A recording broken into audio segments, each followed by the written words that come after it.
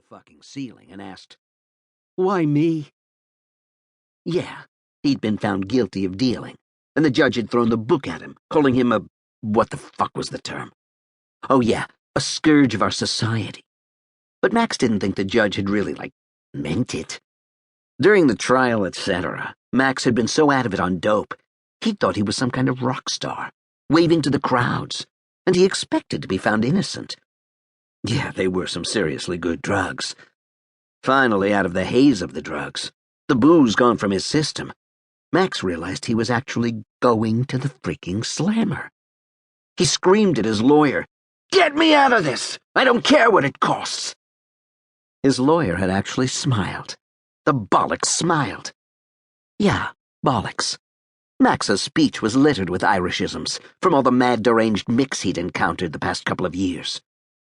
The lawyer had said, "Maxie, you're broke. You've got zilch, nada." Max got the picture, but Maxie? What the fuck was with that? Dios mío. See, he still had his flair for languages. He even spoke Spic after his time dealing dope to a crew of Colombanos.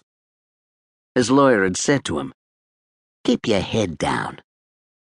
He'd be keeping his head down all right.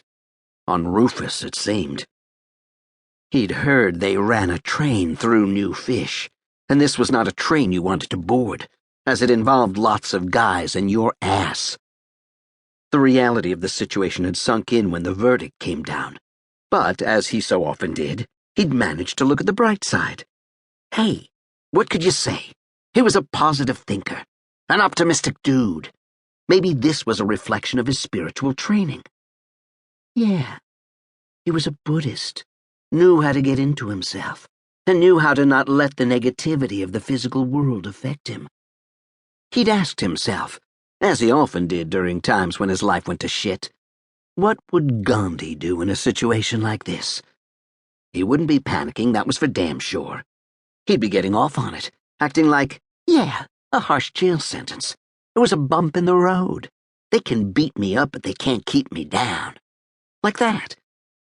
So he'd kept on smoking rock. Yeah, he was hooked, so the fuck what? Right up until the day he was due to report to prison, thinking, how bad could it be at Attica anyway? Hell, Pacino'd wanted to go there, right? The MAX, that was his dealing name, was a big-time criminal, and every famous crime guy had to take a few falls. Look at Dillinger, look at Sutton, look at Capone.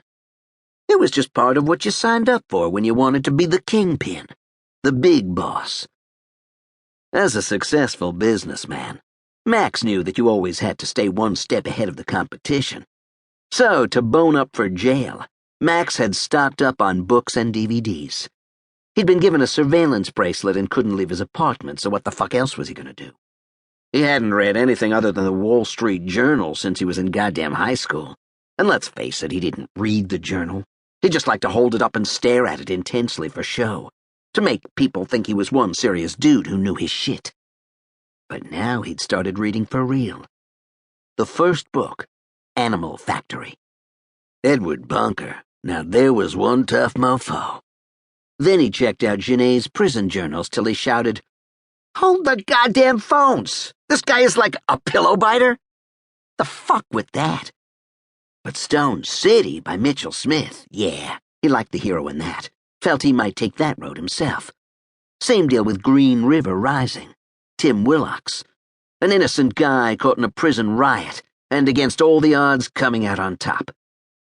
Max could see himself, with true cojones, and of course total modesty, saving captured hostages, offing the really serious psychos, and leading the saved out of the burning prison with CNN capturing it all on live TV. There was also G.M. Ford's novel, where Frank Corso had to go into the joint and go up against the meanest mothers this side of the Mississippi. And of course the one by that Keith Abloh dude. Yeah, all the Grey Goose he'd been drinking had put Max at the center of all these novels, and somewhere in there he'd realized prison was part of his karma. Just one more step in the whole, okay, let's not be shy, messianic road of Max Fisher. He'd watched Ed Norton in The 25th Hour, and man, he'd...